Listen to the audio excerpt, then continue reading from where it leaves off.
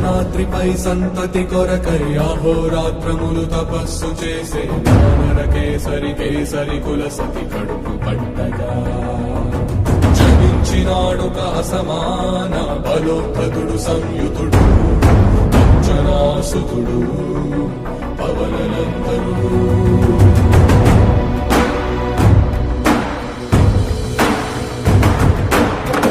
కిరణముల ఉదయాత్మి గని అది పండిన తీయని పంటను పడు సూర్య మండలము పండితి కాలని ఉవ్విళ్ళూరే దేహం మాటున రవి మరుగై జగము చీకటై మారా.